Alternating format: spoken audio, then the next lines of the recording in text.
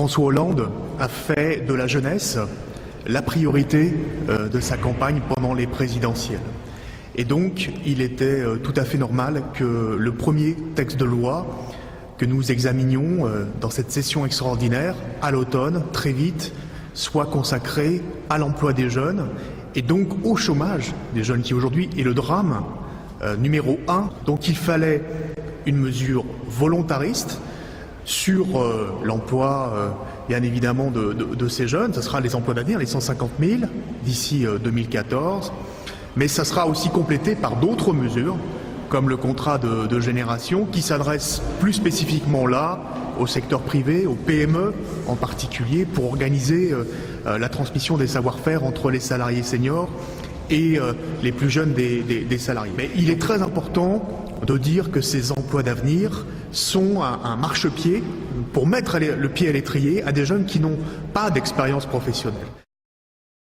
Nous avons eu l'occasion avec Michel Heinrich la semaine dernière de présenter un rapport de suivi de notre mission au comité d'évaluation et de contrôle sur la performance des politiques sociales en Europe et en particulier sur les mesures qui concernent le retour à l'emploi. Ça a été l'occasion pour nous de délivrer un certain nombre de satisfecit et je vais y revenir très rapidement, en particulier sur la question des contrats aidés, puisque votre budget 2013, monsieur le ministre, va mettre fin à l'instabilité juridique et financière des contrats aidés, notamment au phénomène de stop and go.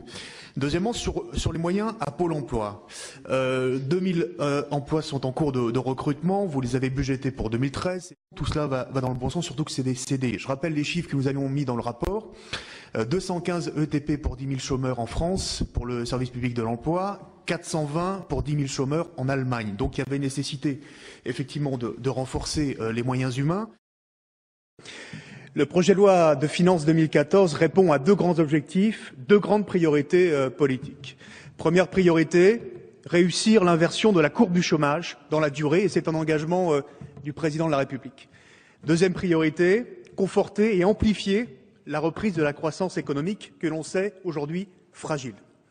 La priorité à l'emploi et au travail se traduit par un effort budgétaire sans précédent.